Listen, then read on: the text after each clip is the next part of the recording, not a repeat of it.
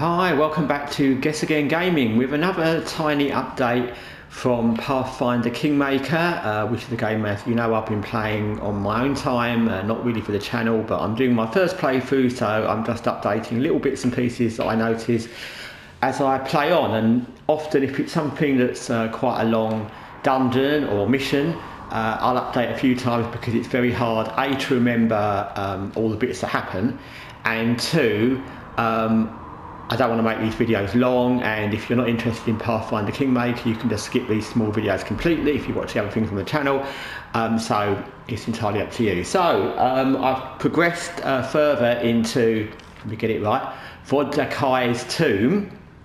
You go through another area which from where I was last time, and what happens there at the end of that is there's quite a lot of Cyclops you kill, and what you'll find is that they all drop camping supplies, which is very nice. I don't know whether they were going to go on a camping trip themselves, because I've never seen Cyclops drop those before. In fact, it's very rare that any enemies drop that, so it's a bit odd, but I realised the minute they did, because you'll realise this too if you've played this game a while, and you will have by the time you get to this point,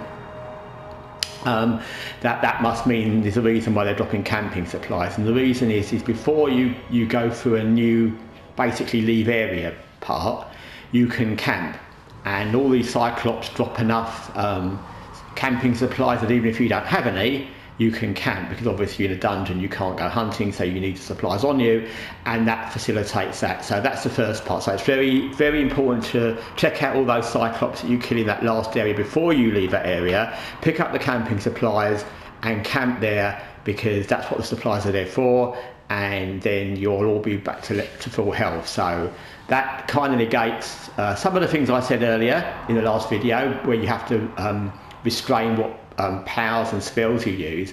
But it's also helpful because now I know, and now you'll know if you've watched this, that at that point is where you'll be able to refill everything. So if you use up all the people's spells and their special abilities up to that point, you'll be fine afterwards again, because you can then refill everything. Then you go through a leave area, and like I said, leave all the tat and all the weapons and the things that aren't anything special behind, the armour, because that's just going to weigh you down, and there's no way you'll be able to carry it all anyway. You'll just keep having to stop and drop stuff.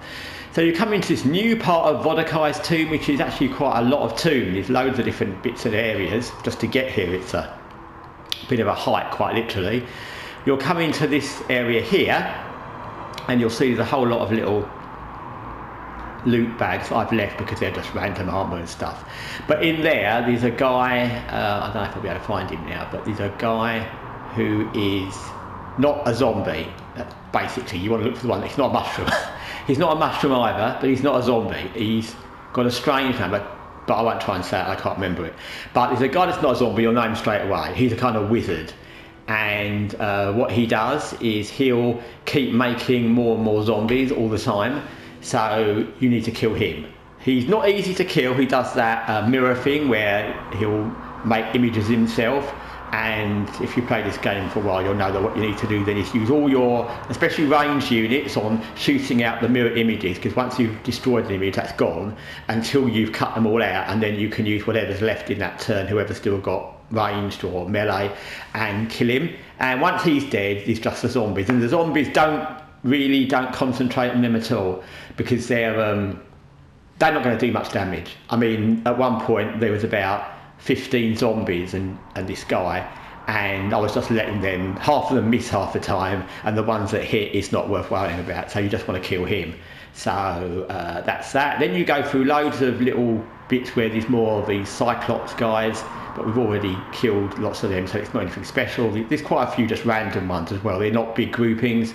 You go through this little maze thing, which isn't very difficult. It's just a trial and error, run one way, find a wall, run the other way. It's not very difficult.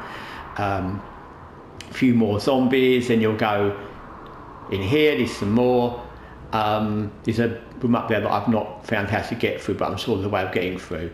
Then you get to around here.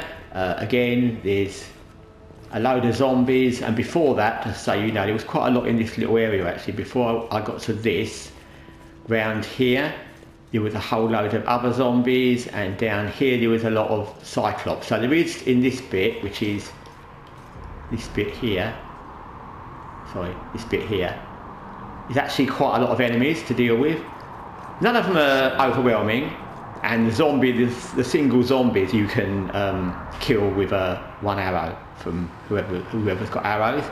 But yeah, there's quite a lot, so just bear that in mind. I don't know how zombies get the title of Grand Zombie Lord, because they're zombies, so who votes for a Grand Zombie Lord, and how would they understand the principle of lords if they're zombies? Anyway, we won't worry about that. But anyway, so that's how that goes. Like I said, it's just a little update of where I've got to. As far as this part so far, no real problems, just things to know really. So I'm going to continue on.